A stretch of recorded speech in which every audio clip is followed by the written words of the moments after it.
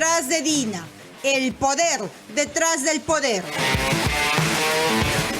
Es la eminencia gris que está detrás del trono presidencial.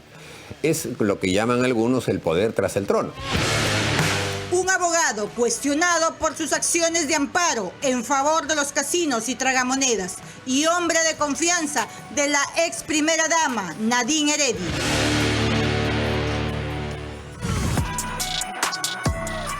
El día de hoy se cumplen 222 días de prisión preventiva arbitraria del expresidente Ollanta y la señora Nadine Heredia. Todos los detalles de este personaje poderoso, cuestionado, siempre presto para asistir a la presidenta de la República y conocido de la Fiscalía por sus investigaciones de genocidio, aquí en Contracorriente. En el momento en el que viene el golpe y la señora Boluarte se queda pasmada no sabiendo qué hacer, aparece él. Y aparece además cargando todo el peso del Estado peruano. Y entonces pues, se ha convertido en una persona fundamental para la señora Boluarte, que no tiene ni las neuronas ni la capacidad suficiente como para conducir el país. Entonces por eso se ha dedicado a viajar. No le importa, porque ella no gobierna nada. El que hace todo es Otárola. Alberto Otárola Peñaranda nació en Ancash y no es el único en su familia dedicado a la política. Su hermano Freddy fue congresista, ministro de Trabajo y llegó a ser presidente del Congreso de la República. Se inició en la política en el Partido Socialista Revolucionario. En 1989 fue candidato a regidor de la Municipalidad de Miraflores por la coalición de izquierda, Acuerdo Socialista. No fue elegido concejal. Años después intentaría, hasta en 2 ocasiones, ser elegido congresista. Tampoco tuvo el apoyo popular.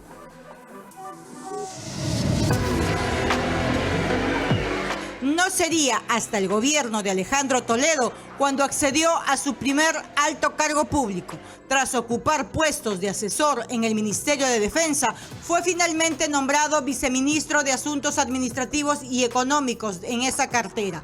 Pero su gran oportunidad llegaría de la mano del expresidente Ollanta Humala, con el que fue viceministro del Ministerio del Interior y luego ministro de Defensa. Él apareció en el Partido Nacionalista y se convirtió rápidamente en un servil, ¿no es cierto?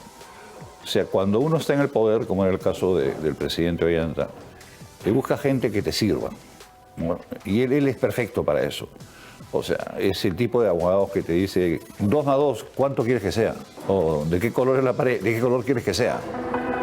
Tuvo que renunciar al Ministerio de Defensa 5 meses después de ser nombrado para evitar que el Congreso lo censure por la desastrosa operación en Quepachiato, donde varios policías murieron y otros fueron abandonados en la selva tras el rescate de rehenes de la empresa transportadora de gas a manos de Sendero Luminoso.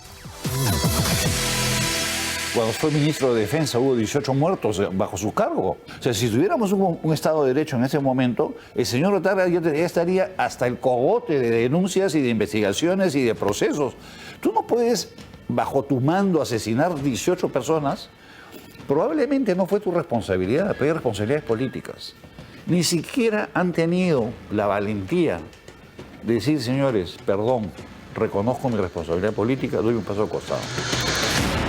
Pero su biografía también incluye ser abogado del denominado rey de los casinos, Félix Rosenberg Goodman, empresario vinculado a los Panama Papers y quien hasta el 2007 mantuvo sus negocios de tragamonedas operando a punta de recursos de amparo. Todos presentados por el estudio de abogados del Premier Otárola y Prialé. Otárola siempre ha marcado distancia de Rosenberg, pero su pasado es casi imborrable. En el 2005 se presentó ante la Comisión del Congreso que lideró Jorge Mufarech para investigar la regulación de los juegos de azar. Allí estuvo como abogado de la Cámara de Operadores de Máquina Tragamonedas, una organización fundada por Rosenberg Goodman. En agosto del 2020, Alberto Otárola nuevamente se presentó ante el Congreso de la República. Eran tiempos de pandemia y él se presentaba como asesor de la Asociación Pro Derechos Civiles, APRODECI. Él solicitó efectivamente una audiencia virtual al Parlamento Nacional. Este documento da cuenta y plasma lo que en realidad pasó ese día. Y efectivamente, Alberto Otárola solicitaba se reabran todos los casinos y tragamonedas a cambio de mantener el protocolo de bioseguridad. El hoy premier dejó en claro que siempre iba en nombre de los trabajadores. Sin embargo, a decir de muchos especialistas, él habría actuado en favor de los empresarios de esta gran cadena de centros de diversión que efectivamente agrupa y que representa su gran amigo, el empresario Félix Rosenberg Gutmann. En la campaña electoral del 2021, Otárola se acercó a la entonces candidata a vicepresidenta Dina Boluarte. Aunque no fue parte del equipo de Perú Libre, opinaba en redes sociales a favor de sus propuestas, como cambiar la Constitución. Constitución fujimorista cumplió su ciclo. 1. Se convoca referéndum. 2. Pueblo opta por nueva Constitución. 3. Se instala la Asamblea Constituyente. 4. Se debate y aprueba nueva Constitución del Bicentenario. Hasta que el año pasado, Alberto Otárola es llamado por Dina Boluarte para que la defienda en la acusación constitucional por hacer gestiones a favor del Club Apurímac, cuando en paralelo era ministra en el MIDIS.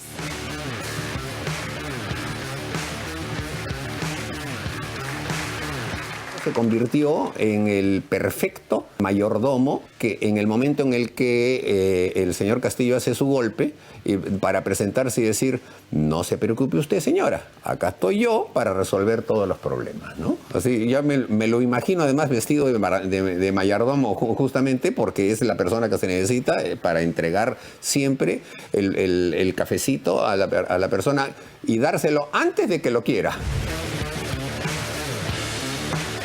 En los hechos, Otárola es la puerta de entrada para llegar a la presidenta de la República. Según la última encuesta del Poder de Ipsos Perú, empata con Dina Boluarte en la posición de persona más poderosa del país. Y se sabe que es el que toma las decisiones a la hora del cambio de gabinete. Otárola no es un poder en la sombra, es visible y dirige el país mientras Dina Boluarte se dedica a viajar.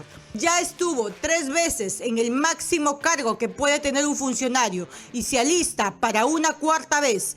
Dina acaba de pedir al Congreso un 4º viaje a los Estados Unidos. Viajes innecesarios que han fortalecido el poder de Otárola dentro de Palacio. Creo yo que hace bien dedicarse a viajar. O sea, mientras más lejos del Perú esté ella, mejor para el país. Siempre y cuando en algún momento tenga la valentía de poner un primer ministro de verdad. A nadie le molestaría que la señora se pase los 365 días del año viajando porque es un incompetente. O sea, todos sabemos que la mujer no está capacitada para gobernar. Entonces, mejor vete, viaja, hija, vete al África, haz tu tour, todo lo que quieras. Ponga una persona a manejar el país a través del primer ministro, cosa que no ha hecho.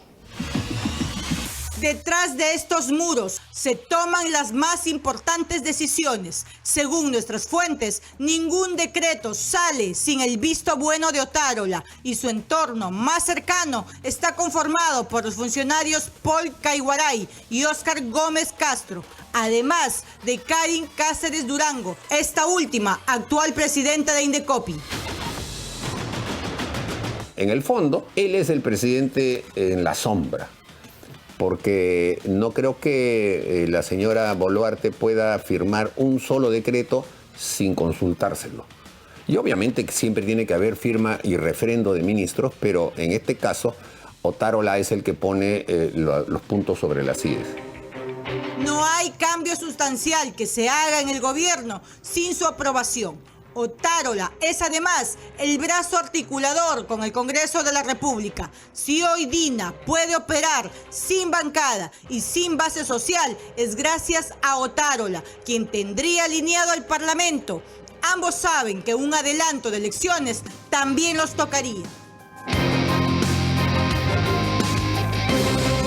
es el poder tras el trono, es el que decide las cosas y además ha logrado que justamente con esta política de dádivas y de contrataciones, etcétera, de que la gente que pudiera ser enemiga o confrontacional con ellos, me refiero a la ultraizquierda y al Partido Perú Libre, también se han aburguesado porque ya tienen su coto, cada uno de ellos, porque les han dado un ministerio o una repartición pública para que puedan meter ahí a toda su gente, y con eso, aburguesados, entonces simplemente están esperando la quincena.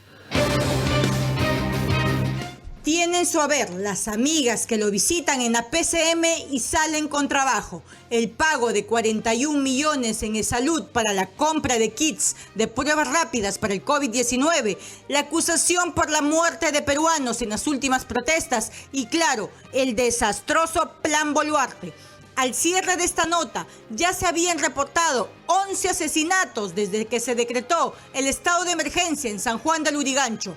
Pero a Otárola parece que no le entran balas.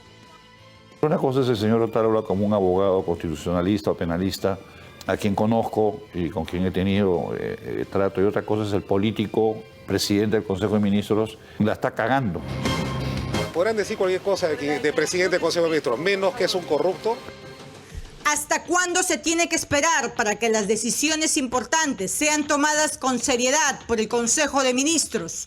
Su estado de emergencia en tiempos de inseguridad ciudadana es un engaño sin escrúpulos. La economía ya está en recesión, las ollas ya no se pueden rascar más y su plan Boluarte es hoy un plan de vuelo presidencial. Y yo creo que van a haber sorpresas más desagradables de las que hemos tenido. Esto se sigue agravando, ¿no? Es una bola de nieve de pobreza, de incapacidad, de malhechores, que cada vez es más y más y más y más.